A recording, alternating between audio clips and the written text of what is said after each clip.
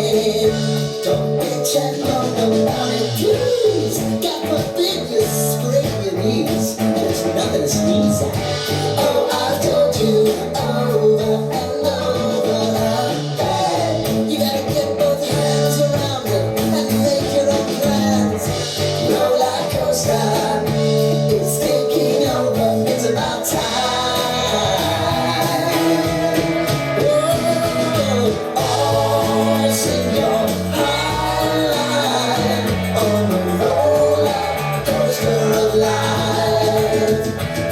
To all choose your timeline with a roller coaster of life. Roller coaster.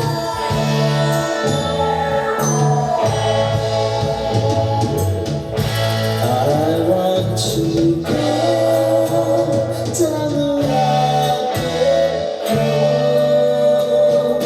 down the rabbit hole.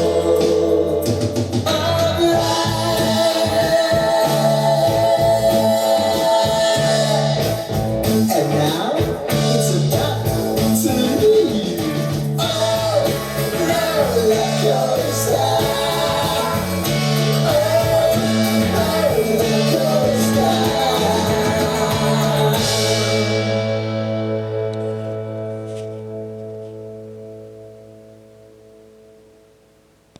Hello, welcome to Revive Hi-Fi Canada and our latest video, which is going to discuss the Acoustic Energy Aegis Evo 1. And that's a lot of names, but boy, this is a very good speaker. I've been very busy. I haven't made a video for a while. It's because I've been busy listening to these speakers. I can't really stop listening to them.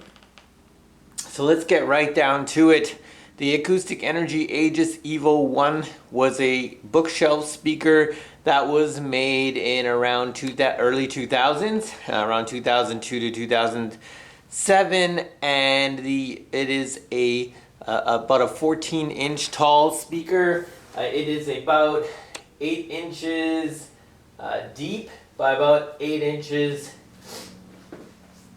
maybe 9 inches. About 9 inches deep and about 7 to 8 inches wide. It has a very nice cabinet. I know that it's not real wood veneer, but they've done an exceptional job. As you can see on the left side, the speaker, the front baffle, they've done an excellent job with the vinyl wrap. The front baffle has quite a nice wood grain on that vinyl wrap. And that vinyl wrap is pretty tough. These speakers again are from the early 2000s and they've held up quite well. They have a pretty thick front baffle and an extremely thick cabinetry. I believe it is 15 millimeters thick, so I'm guessing that's like 5/8 of an inch all the way through. They're extremely well braced. There's no cabinet hollowness to be felt. When you knock on these, it's quite similar to when I knocked on the Q Acoustics 2020i in that review. That was a very strong, well-made cabinet as well. They have the vinyl wrap all the way around, and they've got more of a plain back, as you can see on the speaker on the right. They have a plain back portion, back wall. They have a rear port, as you can see, and they are bi-ampable, as you can also see on the speaker on the right. I tend to not. I just use single wiring. I don't use bi-amping that much. I haven't really felt an extreme difference when it comes to the bi-amping. As far as the drivers go, these Acoustic Energies have a silk, I believe fabric silk dome tweeter, and it is I believe made by Vifa. So the other Acoustic Energy speakers that I've reviewed on the channel are the Acoustic Energy A-Lite ones, and I really like those speakers too. I use them in my office as my main speakers at my workplace, and they are exceptional because they tend not to overemphasize the treble. They have extremely nice high frequency, smooth high frequency. They're not, of course, they're not the last word in detail. I believe those also use a VIFA brand tweeter. These are also using a different VIFA tweeter here. This is a silk fabric dome. It is also magnetically shielded. It also has a front plate on the tweeter that is made of metal, and so that was kind of interesting as well on this particular tweeter. I think it is one of the stars of the show here when it comes to the speaker, is that tweeter, and I'll talk more about that as we go along. It is a large cabinet, right? So it's about 14 inches tall, this cabinet, and it has only a 5 1/4 inch woofer, and that woofer is a pressed alloy cone. It feels sort of like an aluminum cone, and it has a long throw magnet system, and it's also magnetically shielded. The cabinet, of course, is MDF. They made the front baffle extremely thick, and it is, I can tell you that much. These are heavy speakers. They startled me when I picked them up. So they have what is called a high power glass flowed low turbulence bass reflex port. That's the rear port. So they do a really good job on this. The front baffle is 25 millimeters, so it's pretty thick. It has full internal bracing. They weigh about 15 pounds each, so that gives you an idea. 14-inch tall speaker that weighs 15 pounds. It takes you a little bit by surprise when you lift these up. They're very heavy. I also have the center speaker of this series that I bought with these, and I will be featuring those later. These are, like I said, I can't stop listening to them, and I'm gonna go into the reasons why as we go along here. You know, the nice thing about these, they have front grills. And the nice things about these is that they have this very pleasant sound. It feels extremely neutral.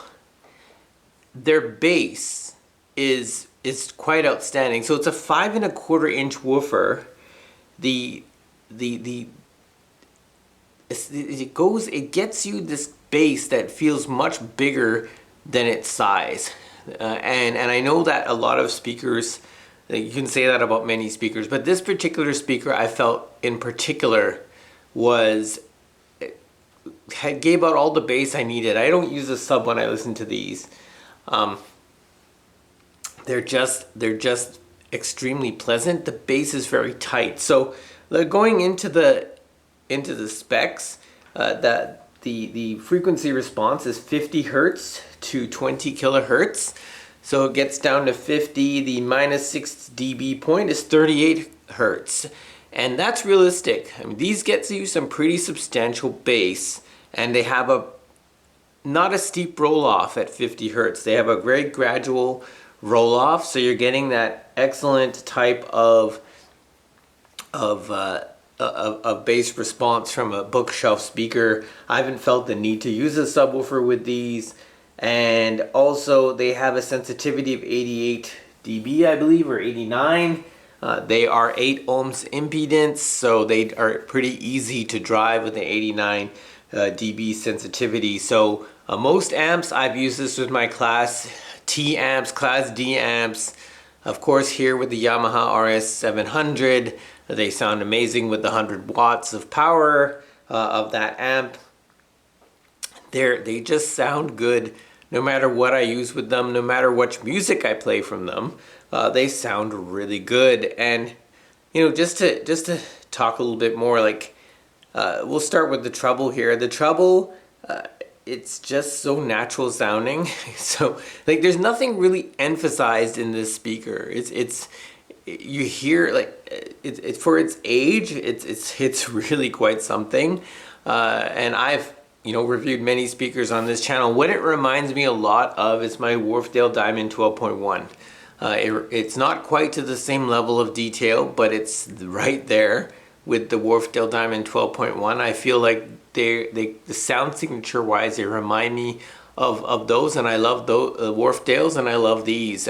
These though have a little bit, interestingly, they do have a little bit more of a, to me, clarity in the higher region, in the higher frequencies. So the treble is really good. I'm gonna give an example. I always talk about Aaron Neville music. We're a big fan of Aaron Neville, and we're playing Change is Gonna Come, hit the rendition by Aaron Neville, and wow, like, it hasn't sound that way on other speakers that we've tried. He sounds like he's right there. So it's really amazing. The other test that I did, and I reviewed the Klipsch, I think it was SB1, on the channel a little while back, and we played the Billy Idol Eyes Without a Face, and I love using that song to test speakers. And you can hear, like, because it's going high, it's going low, you got his vocals. Sometimes parts of the song get lost on certain speakers, so I played them on the Klipsch, and what happened was Billy's voice got lost sometimes because of the middle section was being overruled by the highs and the lows on those Klipsch. But in this case, every little bit of that song came through on these speakers. It was really quite something. I was amazed at how well these performed. Right when I put these on, I knew right away I was going to love this speaker. So I'm very impressed with these.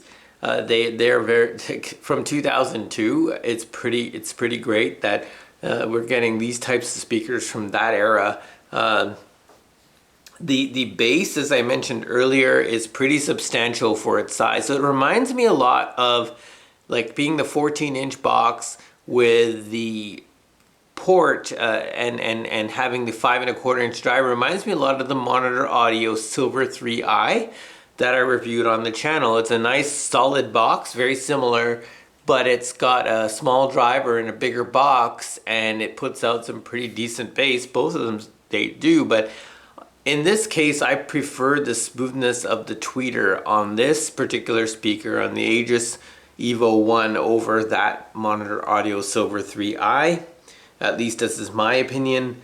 I really enjoy listening to the speaker. I think I've become quite a fan of Acoustic Energy. I might want to try some of their newer offerings. They're just very impressive to me, at least. They're not as well a known brand, for example, at least here in North America and Canada, as compared to some of the other brands that come from the UK, like Kef or Bowers and Wilkins, and Wharfdale, but they are excellent for sure. And I think they're just, I've become a huge fan of these speakers and of this company overall when it comes to the speakers. The bass, the treble, the mids, of course, are silky smooth on these. Vocals sound excellent on these. Like I said, Aaron Neville's voice came through beautiful. He's got such an amazing voice, and these just rendered them so well. And they paired very well with the Yamaha R-S700. Many speakers do. It's an extremely neutral amp. I tried them again with my Class T. They sounded great. I can use them on my desktop. I use them on stands beside my desktop at home. I use them without any equalization in my computer office, and compared to other speakers where I've had to implement some equalization, I've not had to with these. They are just stellar. Soundstage, it's just really good. I mean, imaging, soundstage, just outstanding. And I think what happens is that I get lost. I know when some people use that phrase, you get lost in the music when you're listening to certain speakers or stereo setups. And when I listen to these, I do. I just want to keep listening. They're easy to listen to. They're not shrill at all in the treble. They've got really strong bass and mids. It's pretty neutral all the way around. when it comes to these speakers.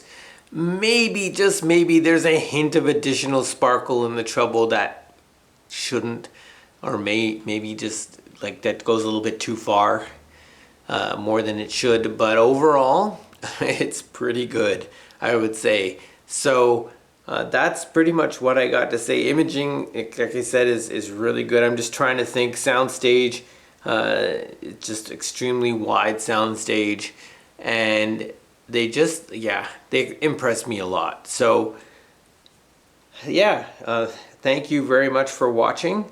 I'm trying to think if I forgot to say something on this video, but the main message here is that these speakers I truly do love, in my opinion. So thank you very much for watching, and see you next time on Revive Hi-Fi Canada. Bye now.